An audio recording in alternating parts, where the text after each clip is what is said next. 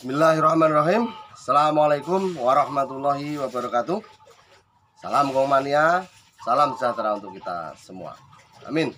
Semoga teman-teman yang nonton video saya diberi kesehatan, kelancaran dalam segala urusannya. Ya, amin.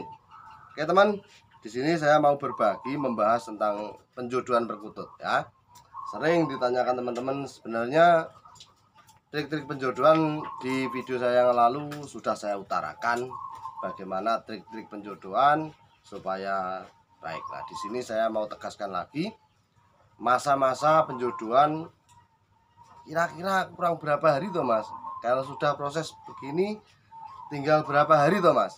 Ini akan saya utarakan secara singkat. Oke teman, langsung saja.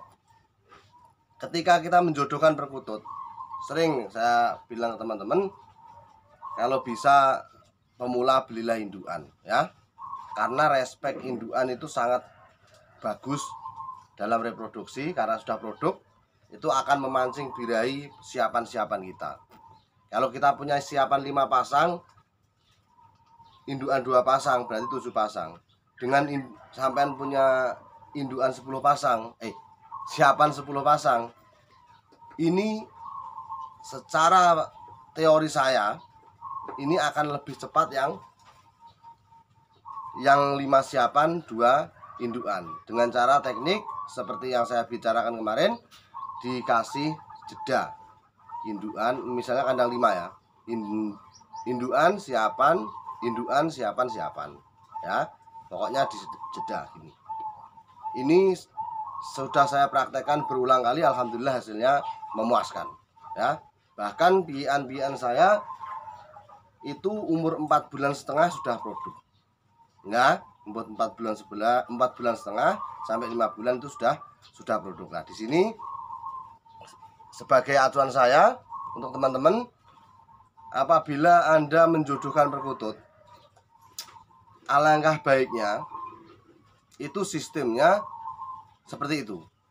Nah, untuk pengenalan penjodohan, saya sendiri jarang menempelkan. Kalau sudah memang saya prediksi ini jantan dan betina sudah sama-sama birahi kuat, itu biasanya langsung saya masukkan satu kandang. Ini untuk mempercepat penjodohan kita. Nah, ketika over birahi, ya seperti video yang lalu, ketika perkutut itu over birahi, jantan menghajar betina sampai fatal ya, ini sampai fatal, misalnya sampai berdarah. Nah, ini biasanya bulu sayap jantan atau betinanya yang over birahi itu saya jabut kanan dan kiri. Saya sisakan cuma 3 lembar atau 4 lembar yang bagian ujung ya. Bagian ujung sayap jangan dijabut. Resiko sangat fatal. Karena apa? Itu ada tulang rawannya. Ya, kalau kita salah jabut nanti malah akan mengakibatkan ciri fisik pada perkutut kita. Ya, makanya jabutnya dari sayap dalam saja sampai sini, misalkan 4 le atau 3 le, sampai yang over birahi itu tidak bisa mengejar yang jantan. Nah, untuk proses penjodohan ini produknya kapan? Nah, ini yang sering ditanyakan teman-teman. Ini saya tidak bisa memprediksi perkutut yang Anda ternak, karena biasanya yang tanya itu perkutut dari peternak lain ya, bukan peternakan saya. Kalau peternakan saya biasanya saya bisa memprediksi, yaitu antara umur 5 bulanan, kurang lebih 5 bulan. Nah, setelah proses perkawinan ya, biasanya penjodohan itu kan workwear. Ini masih berapa lama Mas, kan itu biasanya. Ini lingkungan perkutut tersebut yang menentukan ya. Kalau indukan di situ banyak, biasanya lebih cepat ya. Kalau siapan Anda semua siapan, nggak ada indukannya, pastinya lebih lama ya. Karena apa? Reaksi untuk kawin tersebut sangat lemah ya. Karena apa? Nggak ada pancingannya. Kalau ada indukan, ada pancingan, insya Allah lebih cepat ya. Indukan yang saya bilang tadi untuk memancing birahi siapan-siapan tersebut, istilahnya ngajarin kawin. Ngajarin kawin yang siapan tadi.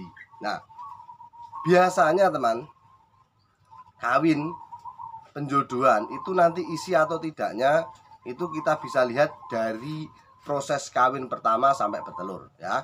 Ini membahas isi telur atau tidaknya. Sebenarnya video yang lalu sudah saya bahas. Ini saya tekankan lagi. Biasanya jarak kawin kenal ya, ini kawin kenal. Nah, ciri-ciri kawin kenal bagaimana? Ketika kawin, ekor betina ngangkat, yang jantan masuk. Kalau ini kena biasanya setelah jantannya turun, matokin betina. Ini rata-rata kena.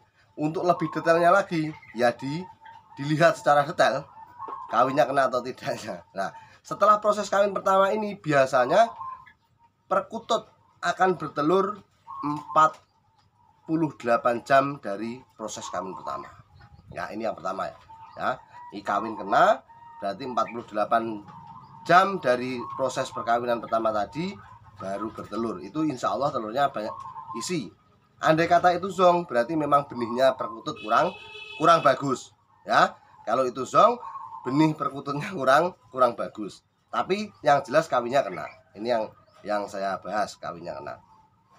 Nah, untuk teman-teman yang biasanya tanya, ini proses kawin paham ya, 48 jam dari kawin pertama. Untuk yang teman-teman tanya kemarin masalah perkutut yang gestang, ya, ada saja seperti labet. Perkutut yang setahu saya punya beberapa jodohan. Itu yang gestang itu biasanya bawaan dari dia memang proses kawin pertama. Dan ini sulit disembuhkan.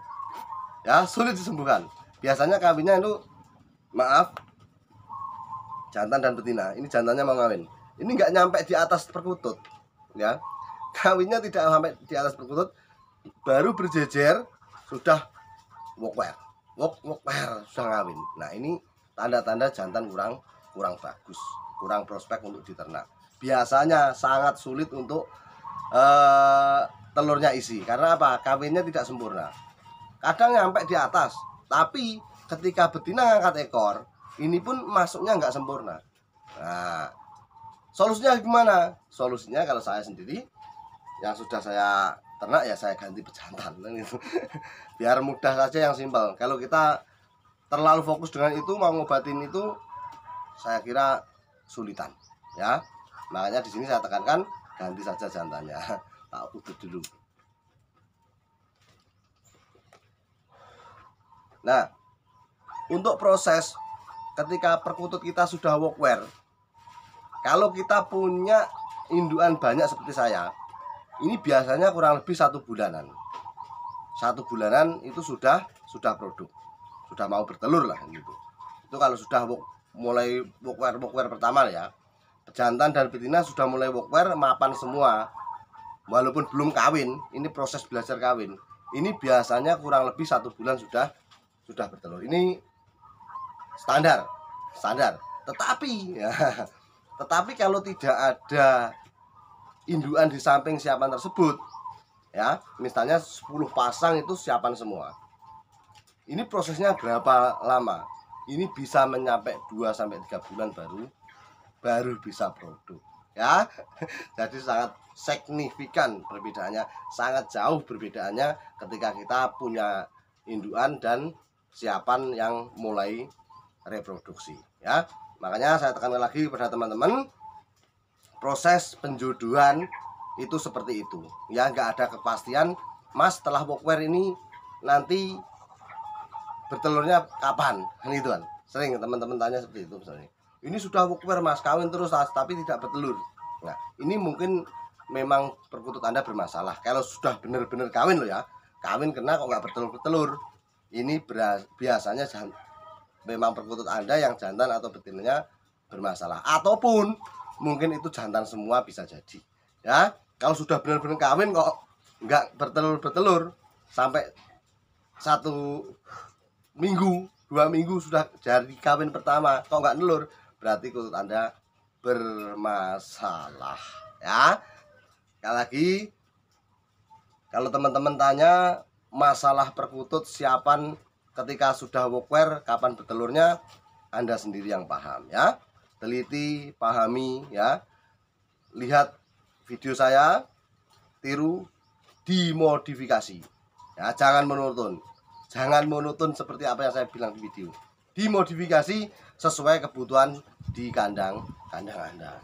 Jadi itu tadi teman, penjabaran masalah proses penjodohan, trik-triknya seperti yang saya berikan kemarin, tetapi masa-masa mau bertelurnya perkutut seperti itu.